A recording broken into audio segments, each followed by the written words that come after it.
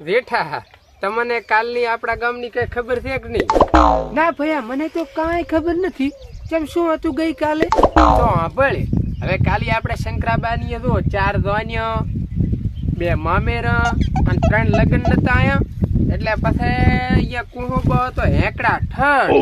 ઓય ભાઈ, ઈ તો પછી હવે એટલી ધોન્યા અને મામેરા અને લગ્ન હોય એટલે માણસ તો પછી બોળું થવાનું. એટલે પછી કુહો તો હેકડા ઠઠ હોય જ. હવે જો એટલા માણસ જો કાલી મુના ચોથ તો આપણા ગામની આબરૂ જોત. હવે વાત એમ હતી કે જોઈ એટલા બધા માણસ હતા ને એટલે કુહો ભાઈ હેકડા ઠઠ આમ જામેલો તો અને વરરાજા બરાબર ના ફેરા ફરતા હતા અને ઉગમડો આથમડો વાયરો આવ્યો. એટલે પાકિસ્તાન સામેથી એક વાયરા ને એવું લોડું આવ્યું ને તો મંડપ હતો ને મંડપ ઉડ્યો અને મંડપ ઉડી અને વરરાજા ઉપર પડવાનો હતો ને પાછી મારા કન હતી આ લાકડી. મેં લાકડી આમ કરીને મંડપ આખો પડતો રોચ્યો અને લાડા બધાને બસાયા. મેં જેમ કે લાડાના છે ને માથા ફૂટી જવાના હતો. પાછા તો મને છે ને 2-3 છોકરા દોડીને આયા અને 2 ફોટા પાડ્યા અને ફોટા વોટ્સઅપમાં છોકરાએ મિલ્યા. લે બોલ પછી શું અહીંયા હવે જમણવાર હતો એટલે તને ખબર છે કે જમણવારમાં બધા જમવા આવ્યા હોય. પણ હવે જોઈ હું એટલું કઈ મીઠાઈ બીજી કઈ ખાતો નથી, પણ તોય હવે જમણવારમાં જાવ એટલે જમવું તો પડે. એટલે પછી મીઠાઈ હું ખાતો નથી એટલે અડધી થાળી ગોંદી લીધી અને જો હું કોઈ ખાટા ખોરું બીજું નથી ખાતો એટલે 2 વાટકી દહીં અને 5 રોટલી અને થોડા ભાત લીધા અને 4-5 ગ્લાસ ચા.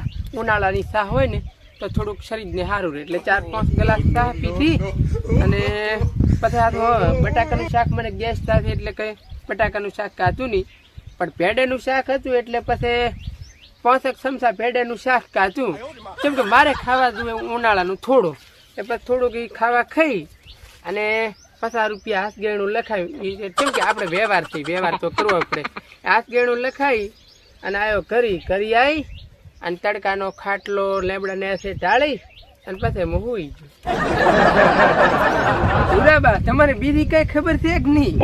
અમારે ઓલા મૂળોદી ના રહ્યા, ઓલા મૂળોદી વેવાઈ રહ્યા ને, હવે એના વેવાઈ અને વેવાઈના માસીના છોકરાને અને એને છોકરાના ફી હાહુને હોય જમાઈ.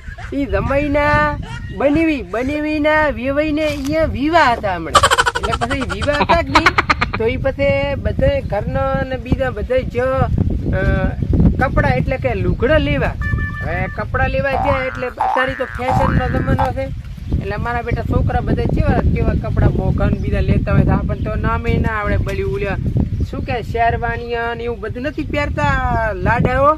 એટલે છોકરાએ બધે ફેશનના લુગડા લીધા ને એટલે આપણે એ વેવાઈ એટલે એની પોતી પછી છોકરાને બાજી કે શું હોય જબો ઓલી કોટી એ બધું લીધું અને આયા ઘરી આયા એટલે ડોશીમાં ખબર પડી. હા, ડોશીમાં નહીં હતું વેવણ, આપણે વેવણ થાય, ડોશીમાં ના કહેવાય. એટલે એ વેવણને ખબર પડી ને પાછે વેવણને ખબર પડી ને ડોહાબા નહીં હતું વેવાઈને તો લીધા ઉધડા કે આવા લુગડા હવે તમારે આ ઉંમરે પહેરીને છે ને બચાડવા છે, આ લુગડા નથી કે પહેરવાના. એમાં પાછા એ તો વટ્યા એટલે મોટો દગડો છો ને તો વેવાઈ હતા ને રીહણા કરીને દાતા રહ્યા ગામમાં અને વેવણ છે ને રીહણા કરી અને પિયર હબગાઈ મિલે. ઓહ મારી બેટી, તો એની બીવો પાસે વરઘોડું કર્યું છે ને. હવે એ તમારા એમ જ કર્યું. હવે મોટી ફાડતા પછી થોડો ચેડ મેલું જો સારું લેથાર જેઠા. હવે હું હેડું ખરી, આ તો ઘડીક નવરા હતા કીધું 2 મોટા વાતા કરી આવા. બળ્યા ચંપલ કેવડા છે, કૂતરા લઈ જાય શું બાળી નાખશે ઉનાળાની.